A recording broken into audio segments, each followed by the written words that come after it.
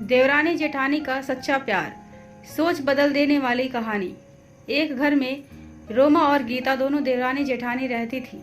साथ में सास ससुर भी थे। इनका भरा पूरा परिवार था।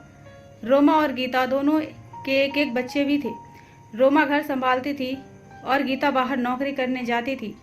कुछ दिन बाद उनकी बुआ सास घर आती है और वो सुबह देखती है कि रोमा जल्दी जल्दी घर का काम और सभी के लिए नाश्ता बना रही होती है। वहीं दूसरी ओर गीता तैयार होकर नीचे आती है और बस नाश्ता परोसती है और अपना टिफिन पैक करती है, फिर ऑफिस के लिए निकल जाती है।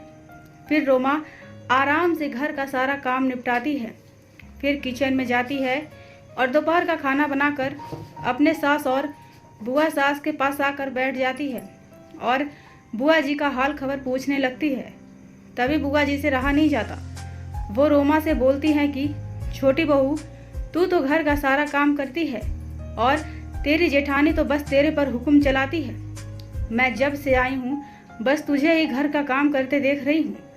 सुबह का नाश्ता तूने इतने मेहनत से बनाया और वो महारानी तो ऐसे नाश्ता परोस रही थी जैसे कि उसने ही बनाया था।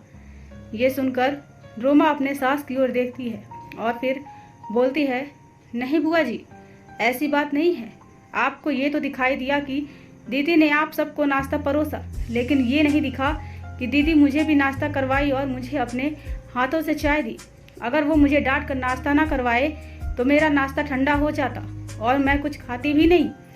दीदी रोज़ सुबह जल्दी उठती है और नहा धोकर मंदिर की साफ सफाई करती है, तब मम्मी जी पूजा करती हैं और जब दीदी शाम को घर आती है तो बाजार से सब्जियां लेते हुए आती हैं, क्योंकि आपके भाई और भतीजे को आने में रात हो जाती है और फिर देर रात को ताज़ी सब्जियां नहीं मिलती है।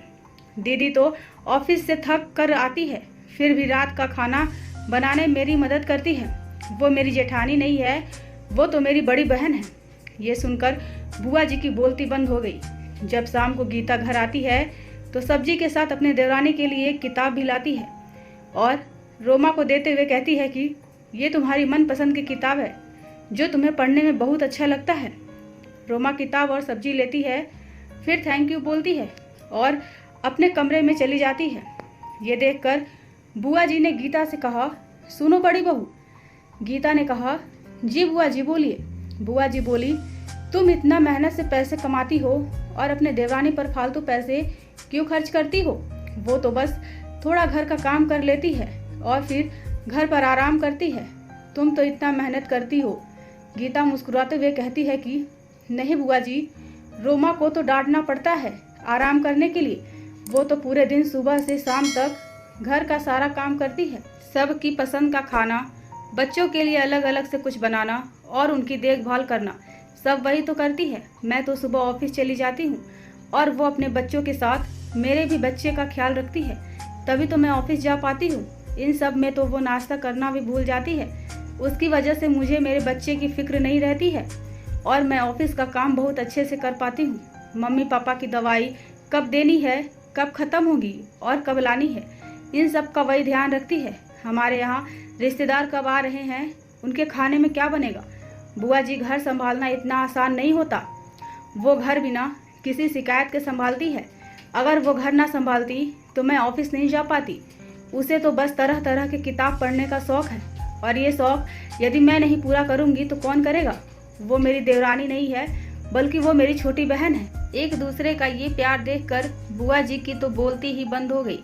ये सारी बातें सास सुन रही थी और फिर बुआ जी के पास आकर कहती है कि जीजी, इन दोनों को अलग करना कोई मजाक की बात नहीं है।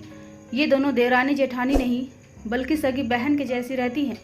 ये दोनों मेरे घर की वो मजबूत नींव है जिसे हिलाना मुश्किल ही नहीं, नामुमकिन है।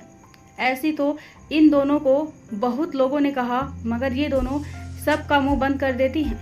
बहुत लोगों ने इन दोनों के बीच लड़ाई करवानी चाहिए, मगर ये दोनों कभी किसी का सुनती ही नहीं हैं। ये मेरी बहू नहीं, बेटी है, इस घर की शान है। ये कहते हुए सास मुस्कुराती है। बुआ जी को कुछ समझ नहीं आ रहा था कि वो क्या बोले। दोस्तों, ये कहानी आपको कैसी लगी? अगर कहानी अच्छी लगे तो वीडियो को लाइक करें, शेयर करें और हमारे चैनल को सब्सक्राइब करें। Thank you.